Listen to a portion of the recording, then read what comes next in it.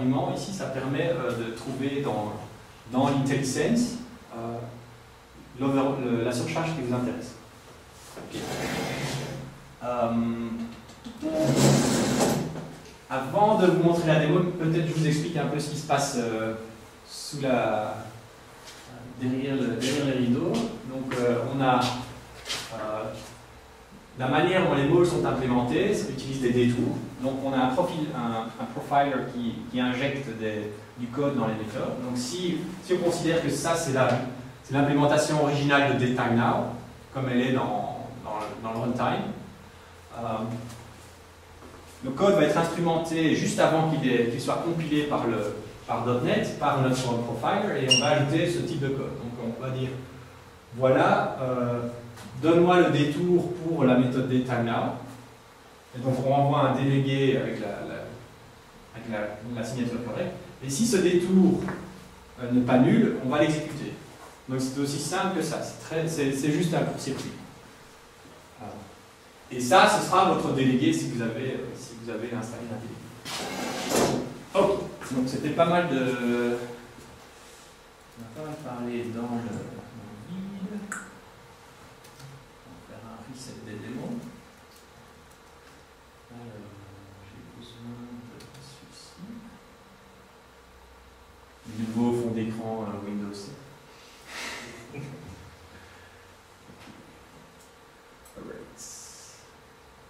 Est-ce que tout le monde s'est lié? Ok, donc on a tout le monde s'est lié ou j'augmente la taille? Il y a encore de la place devant. Donc on a la méthode qu'on voyait ici, hein, donc, on la connaît déjà bien. Et on a ici notre super test unitaire qui évidemment, si on l'exécute, ne va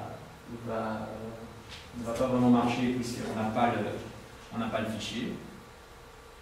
Donc là, qu'est-ce qu'on voit? On voit que, oups, ça n'a pas marché. Le fichier n'était pas là. Donc ça, c'est l'expérience typique du test d'intégration. Donc la première chose qu'on va faire pour avoir des modes, c'est qu'on va ajouter un nouveau élément dans le projet. Et alors ici, on voit qu'on a un nouvel élément qui a été installé par notre outil qui s'appelle modes. Et alors ce que je vais faire, c'est que je vais directement appeler le fichier avec l'assembly pour lequel je veux créer des modes. Donc il se fait que DayTime existe dans une assembly qui s'appelle mscrolley, qui est en gros on dit assembly ou on dit quoi d'autre? La DLL, ok, l'assembly qui contient toutes les classes, la base class library. C'est un nom assez spécial. D'habitude, le système C# ne vous montre pas cette assembly parce qu'elle est toujours utilisée par défaut.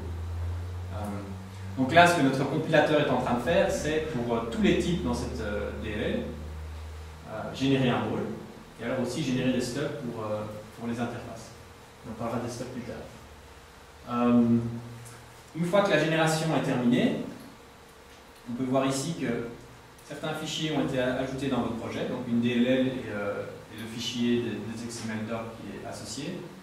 Et alors, on a aussi directement ajouté cette référence dans votre projet. Donc ça veut dire que tous les types qu'on a générés sont maintenant accessibles, puisque vous avez une référence à cette DLL, dans l'IntelliSense de l'éditeur. Okay. Donc si maintenant je vais voir ce qu'il y a dans cette DLL, je peux voir qu'il y a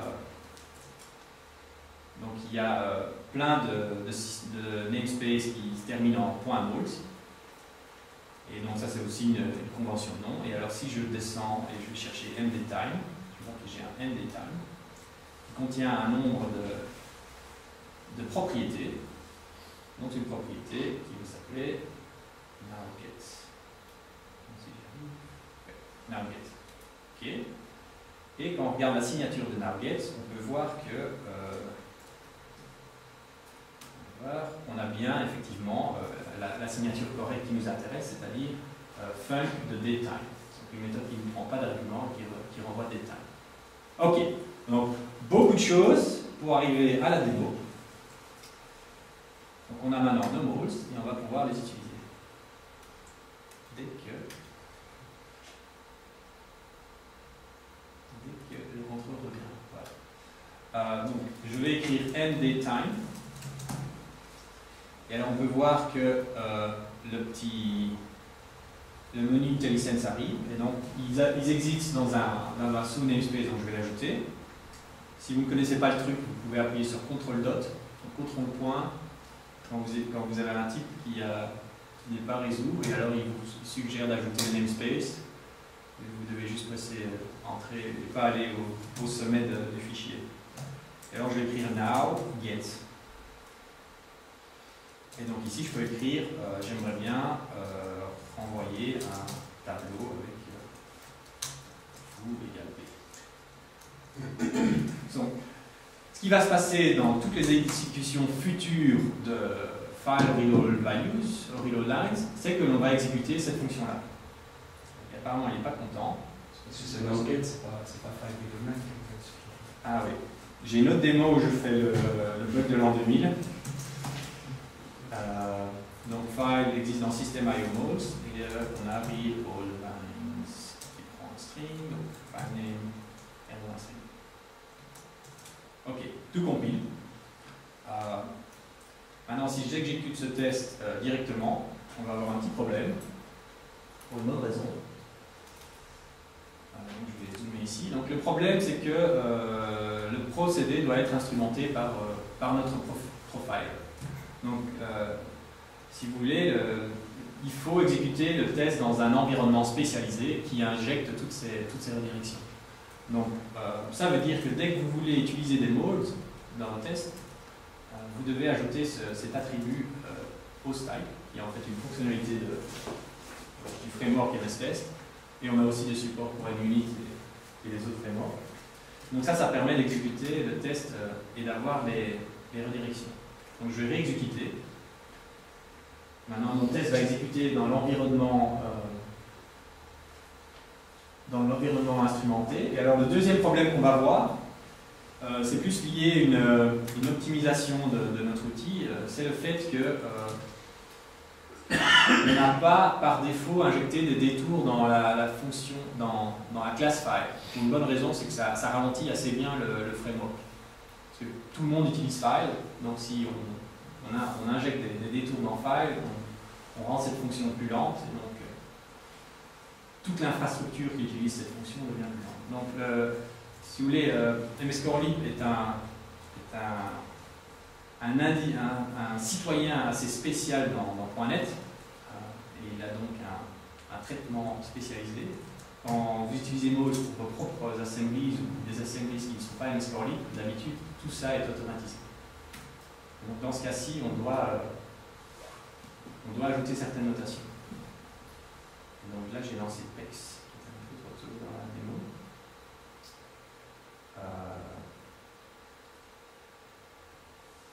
Ok, PEX est content, on va relancer le test. Donc ça, c'était PEX, mais ce qu'on voulait faire, c'était exécuter le test. Et donc maintenant, ce qu'on va voir, c'est que le test passe. Donc ça veut dire que, bien que je n'avais pas le fichier, le test a exécuté sans problème. Et il a passé parce qu'évidemment, j'ai écrit aucune insertion.